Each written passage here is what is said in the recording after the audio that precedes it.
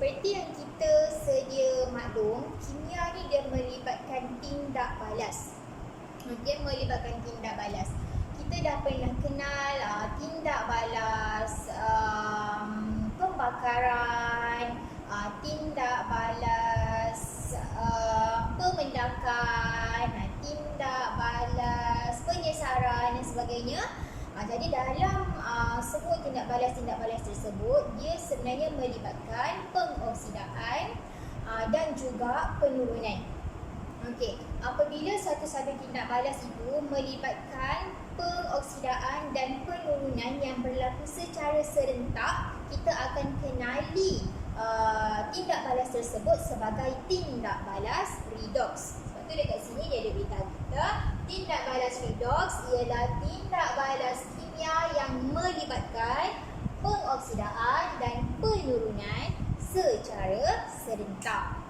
Okey, tapi macam mana kita nak tahu dalam satu tindak balas tu berlaku penurunan ataupun tidak, berlaku pengoksidaan ataupun tidak? Macam mana kita nak tahu tindak balas pengoksidaan dan penurunan ni?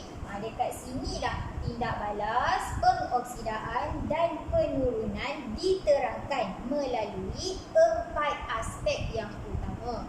Yang pertama, untuk oksigen. Kalau sesuatu tindak balas itu melibatkan penerimaan oksigen, maksudnya dia mengalami pengoksidaan. Kalau kehilangan oksigen, katakan daripada magnesium oksida, bertindak balas jadi magnesium sahaja, oksigen tu dah tak ada, bermakna magnesium oksida tadi mengalami dekat sini ringkasannya cikgu tulis penurunan. Okey, daripada aspek kehilangan ataupun penerimaan hidrogen pula, apabila sesuatu tindak balas tersebut kehilangan hidrogen, itu bermaksud dia mengalami pengoksidaan. Bila dia terima hidrogen, dia mengalami penurunan. Okey, tak apa kalau masih belum nampak. Nanti cikgu akan tunjukkan satu jadual yang anda akan lebih nampak lagi. Cikgu teruskan aspek yang ketiga ialah elektron. Apabila suatu tindak balas tersebut kehilangan elektron, maka dia sebenarnya mengalami pengoksidaan. Kalau dia terima elektron, dia mengalami penurunan. Dan yang terakhir daripada aspek nombor pengoksidaan, apabila sesuatu tindak balas itu menyebabkan nombor pengoksidaan bagi sesuatu unsur itu bertambah, bermaksud pengoksidaan berlaku. Tapi bila nombor pengoksidaannya berkurang, bermaksud tindak balas penurunan telah pun berlaku. Okey, ini secara umum sahaja supaya anda dapat lihat bahawasanya dalam kimia kita ada banyak tindak balas, dan dalam banyak-banyak tindak balas tersebut dia mesti melibatkan pengoksidaan atau penurunan. Tapi ada juga tindak balas yang melibatkan dua-dua, ada pengoksidaan dan juga ada penurunan. Bila dua-dua ini terlibat, kita panggil tindak balas tersebut sebagai tindak balas redox. Itu yang pertama tadi. Okay, macam mana kita nak kenal sesuatu tindak balas itu mengalami pengoksidaan ataupun penurunan? Dia akan diterangkan dalam 4 aspek utama ini. So, details ataupun contoh bagi setiap penerangan ini kita akan cikgu terangkan selepas ini. Okey, kalau tadi cikgu ada terangkan macam mana kita nak kenal sesuatu tindak balas itu, sama ada dia mengalami pengoksidaan ataupun penurunan. Tapi itu secara umum tadi yang berdasarkan 4 aspek. So yang ini kita akan pergi lebih detail lah, kita akan tengok contohnya macam mana. Kalau contohnya, di sini cikgu ada sediakan satu jadual yang cikgu berikan nama jadual pengoksidaan dan penurunan berdasarkan aspek serta contohnya. Okey, anda boleh juga rujuk buku teks muka surat 5 hingga 7. Dekat situ akan ada contoh yang lebih detail lagi lah. Contoh yang sama tapi mungkin penerangannya lebih detail. Jadi boleh dengar apa yang cikgu terangkan dan boleh tengok juga pada buku teks. Okey, untuk aspek yang pertama iaitu aspek oksigen. Okey, tadi cikgu ada terangkan. Kalau sesuatu bahan tersebut kehilangan oksigen, maksudnya dia mengalami penurunan. Kalau dia menerima oksigen, bermaksud dia mengalami pengoksidaan. Cikgu nak buktikan berdasarkan contoh dalam persamaan ini. Kita tengok dekat sini ya. Magnesium asalnya ya, dia adalah Mg sahaja, magnesium sahaja. Tapi selepas dia mengalami tindak balas dengan karbon dioksida, kita tengok dekat sini apa jadi? Ini magnesium dekat sini dia telah mengalami pertambahan oksigen. Magnesium tadi dapat oksigen. Jadi dekat sini menunjukkan magnesium tadi mengalami pengoksidaan. Okey, itu adalah bahan yang pertama. Kita tengok bahan yang kedua adalah karbon dioksida. Formulanya CO2. Okey, selepas dia mengalami tindak balas, apa yang berlaku? Kita tengok dekat sini. Asalnya CO2 dia jadi C sahaja. O dia ni tadi dah hilang. Maksudnya C ni tadi ataupun karbon dioksida ini tadi telah kehilangan oksigen. Ini menunjukkan karbon dioksida mengalami penurunan. Jadi tindak balas ini boleh tak kita panggil sebagai tindak balas redox? Jawapannya boleh, kerana dalam satu tindak balas pengoksidaan dan penurunan berlaku secara serentak. Okey, satu lagi perkara yang anda perlu tahu, sesuatu bahan yang mengalami pengoksidaan dia dikenali sebagai ejen penurunan. Okey, bila bahan tersebut mengalami penurunan, dia adalah ejen pengoksidaan. Okay, macam mana ingat? Samalah macam kalau awak pergi melancong, awak jumpa dengan orang yang menguruskan pelancongan awak, so dia dipanggil sebagai ejen pelancongan. Kita ni yang melancong, kita bukan ejen dia. Sama juga macam ni. Bila dia mengalami pengoksidaan, dia bukan ejen pengoksidaan, dia adalah ejen penurunan. Kerana dia yang menyebabkan penurunan berlaku kepada karbon dioksida tadi.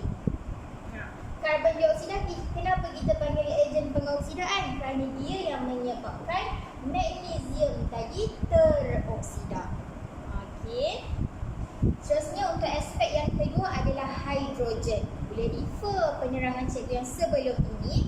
Hidrogen, bila sesuatu tindak balas itu ataupun satu bahan itu menerima hidrogen, dia mengalami penurunan. Bila hilang hidrogen, mengalami pengoksidaan. Dia terbalik tau antara oksigen dengan hidrogen.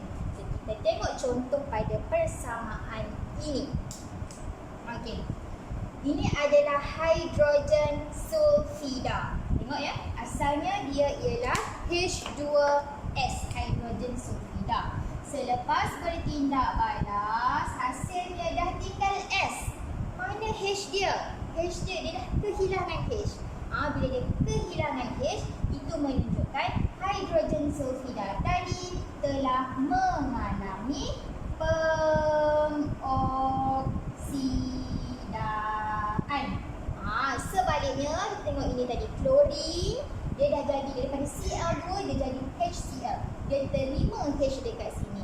Bermaksud klorin tadi telah mengalami penurunan. Okey, dari segi siapa ejen pengoksidaan, siapa ejen penurunan? Okey, kalau anda faham mesti anda dah boleh agak. Okey, cuba agak sekarang. Okey, jawapannya ialah kat sini hidrogen sulfida disebabkan dia mengalami pengoksidaan, dia ialah ejen penurunan. Kita N kat sini ya, singkatan ejen penurunan. Bila mengalami penurunan untuk klorin, dia adalah ejen pengoksidaan. Kita letak AO. Okay, singkatan sahaja. Okey, seterusnya daripada aspek pemindahan elektron, kita panggil pemindahan elektron lah. Okey. Bila bahan tersebut mengalami kehilangan elektron, dia adalah pengoksidaan. Kat sini kan. Okey, tengok dekat sini ya. Elektron dia dekat belah sini ni. Ada anak panah masuk dekat hasil. Maksudnya ini sebenarnya dia telah membebaskan elektron. Bila membebaskan elektron, hilang elektron, maksudnya dia mengalami pengoksidaan. Terbalik kat sini, tambah elektron plus elektron, terima elektron. Jadi dia mengalami penurunan. Okey, untuk aspek elektron nanti kita akan belajar dengan lebih detail lagi tentang tindak balas pengoksidaan dan penurunan dalam satu jarak. Okey, yang ni cikgu akan terangkan lebih detail. Yang ini dia akan jadi panjang cerita dia dekat sini. Anda boleh tengok dulu buku teks muka surat 7. So nanti untuk next class memang cikgu akan terus masuk bahagian ini. Anda baca saja, tak faham tak apa. Yang penting anda tengok, anda kenal, anda nampak. Okey, nanti cikgu, anda jangan risau kerana cikgu akan terangkan dengan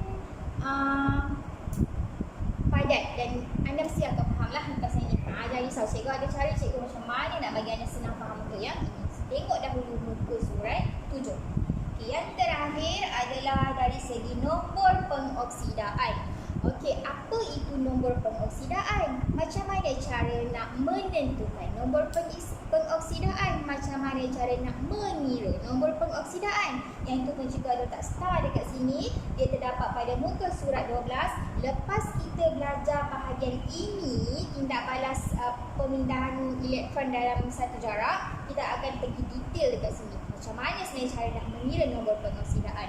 So, untuk hari ini, untuk jadual ini, cukup sekiranya anda dapat faham nombor pengoksidaan itu adalah cas yang dimiliki oleh sesuatu bahan lah. Okey, katakan kat sini Mg, dekat sini tak ada cas. Bila tak ada cas, kita wakilkan dia sebagai bercas kosong. Selepas dia bertindak balas, cas dia ialah positif 2. So, daripada kosong pergi ke positif 2 meningkat, betul tak? Bila nombor pengoksidaan dia meningkat, bermaksud dia mengalami pengoksidaan. Okay, sebaliknya untuk oksigen dekat sini, asalnya dia punya nombor pengoksidaan adalah kosong. Selepas bertindak balas, nombor pengoksidaan dia negatif 2. So, daripada kosong pergi ke negatif 2. Kosong pergi negatif 2. Negatif 2 tu berkurang. Jadi, dia mengalami penurunan. Okey, dua contoh ini adalah contoh untuk kita mengenal pasti nombor pengoksidaan yang ringkas.